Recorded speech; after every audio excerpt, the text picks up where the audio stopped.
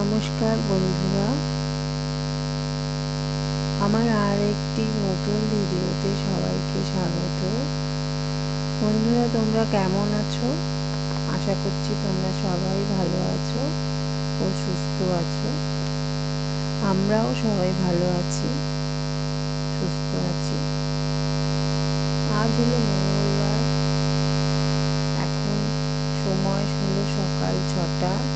আজকে ঘুম থেকে উঠে বাসি কাজ সেরে এইদিকে রান্নাঘরের দিকে চলে এসেছি। ওইদিকে চা বসিয়ে দিয়েছি, যেহেতু আজকে মঙ্গলবার, স্কুলে যাবে ছেলে। দাদাভাই, তোমাদের দাদাভাই অফিস যাবে, তাই আজকে আর আস্তে আস্তে কাজ করলে চলবে না। সকালে তাই একটু তাড়াতাড়ি ঘুম থেকে উঠেছি। আর দেখো, বাসনগুলোকে আমি এখানে একটি কাপড় পেতে তার উপর মেজে রেখে দিয়েছি। রাত্রিবেলায় এই বাসনগুলো আমি মেজে রেখেছিলাম, সকালে খুব তাড়াহুড়ো থাকে, তাই এগুলো বাসনের র্যাকের পরে তুলে দেব। এদিকে টবগুলোকে গুছিয়ে রাখছি, এখন খুব বৃষ্টি হচ্ছে তো। ওইদিকে তোমাদের দাদাভাই ঘুম থেকে উঠে পড়েছে, এখন চা দিতে হবে। জানো তো, তোমাদের দাদাভাই ঘুম থেকে উঠে ফ্রেশ হলেই চা দিতে হবে, না হলে চা চা করতে থাকবে। যাই হোক, দেখতে পেলে ওইদিকে গাছের টবগুলোকে একটু গুছিয়ে রাখলাম ও এদিকে টিফিনের তরকারিটাও করে নিয়েছি।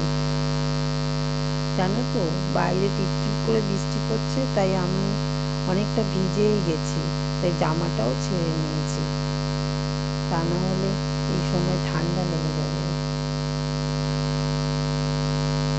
একটা মেয়েই পারে সংসারে হাল ধরতে।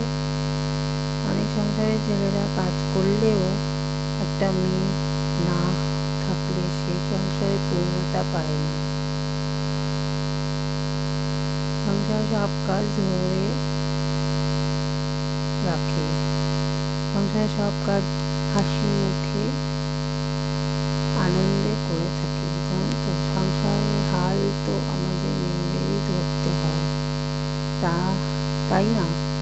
যতটা আমি পারি ততটাই করি, আর আমি মনে ধরে সব কাজ করে থাকি। রান্না বান্না হয়ে গেছে, এবার ঘরটা একটু পরিষ্কার করে নিই। অবশ্য আমি রান্নার পরে রোজই পরিষ্কার করে নিই ঘর দুয়ার। ঘরের মধ্যে কোনো জিনিস যদি নোংরা পড়ে, সেটা দেখতেও খারাপ লাগে, তাই যতটা পারি করে নিই। আমি সব কিছু একটু ছেড়ে পরিষ্কার করে নিই। মধ্যবিত্তের সংসারে আমাদের মেয়েদের, বাড়ির বউদের একটু বুঝে শুনে চলতে হয়, তা না হলে কি করে হবে? সংসারে লক্ষ্মীশ্রী ধরে রাখতে যা করার সবটুকুই করি। আসলে সব ঘর তো রোজ পরিষ্কার করা যায় না, তাই অল্প অল্প করে এক এক দিন এক একটা করে ভালো করে পরিষ্কার করি। আর রান্না করার পর অল্প কিছু বাসন থাকে, সেগুলোকে মেজে নিচ্ছি। বেশি বাসন আমি রাখি না, রান্না করতে করতে মাঝে টুকটাক বাসন বেরিয়ে থেকে যায়, সেগুলো রান্না হয়ে গেলে সেগুলো মেজে নিই। এই যেমন জলখাবারের বাসন, রান্না করা, এগুলো তো পড়ে থাকে রান্নার পর, সেগুলো ভালো করে মেজে নিই। গ্যাসও মুছে হয়ে গেল, টাইলসগুলোকেও রোজ একটু সাবান দিয়ে মুছে নিই। রান্না করার পর আমি রান্নার ঘরটাকেও একটু সাবান গুঁড়ো দিয়ে মুছে পরিষ্কার করে নিই। যতই চিমনি থাক না কেন, একটু তেল চিটে ভাব থাকে। সকালে কাচাকুচি করে নিয়েছিলাম, সেগুলো বাইরে মেলে দিয়েছিলাম ছাদে, কিন্তু বৃষ্টি পড়ছে বলে একটু ঘরেই দিয়ে দিয়েছি।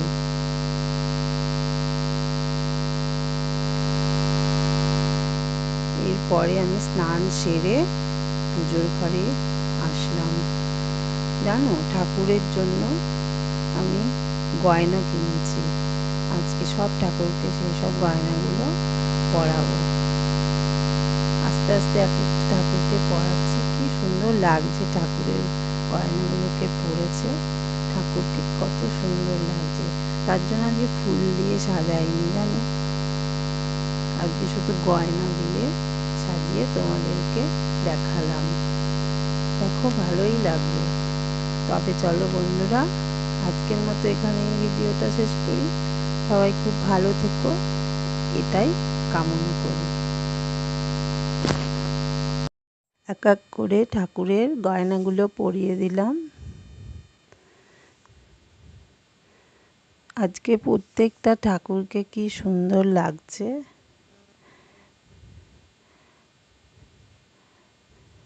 জানো, এই গয়নাগুলো যখন দোকান থেকে কিনি তখন এসে ভেবেছিলাম কবে পরাবো।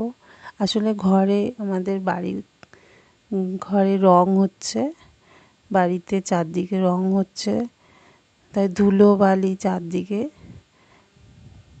তাই ওগুলো ঠাকুরকে পরাতে পারছি না। এখন একটু ঠাকুরঘরকে মোটামুটি পরিষ্কার করে নিয়েছি, নিয়ে ভাবলাম আজকে সকাল থেকেই ভেবে নিয়েছি আজকে ঠাকুরকে একটু পরাবো। ওগুলো পরিয়ে আবার পরে খুলে রাখবো। আবার নিচের ঘরে সব রং হচ্ছে, তো ঘষাঘষি হচ্ছে, ধুলো উড়বে, নোংরা হয়ে যাবে।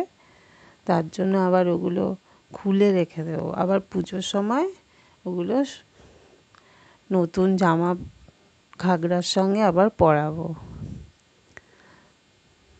তা কদিন থাক, পরিয়ে রাখি, তারপরে খুলে রাখবো।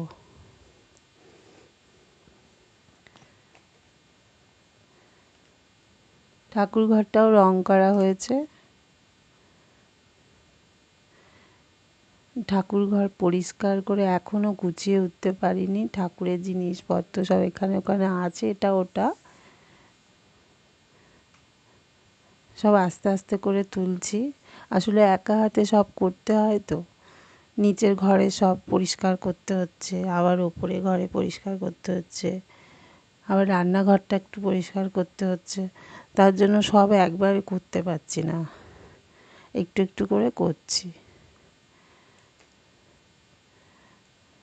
কালকে আবার একটু করব, ঠাকুরের জিনিসগুলো একটু গোছাবো, তাকটা একটু গোছাবো, গুছিয়ে ঠাকুরের ঘাগরা জামা ওগুলো একটু ধুয়ে দেব। আসলে বৃষ্টি হচ্ছে বলে শুকোবে না বলে আর ধোয়া হচ্ছে না। ঠাকুরের জামা কাপড় এগুলো সব ভেতরে ঢুকিয়ে রাখলাম।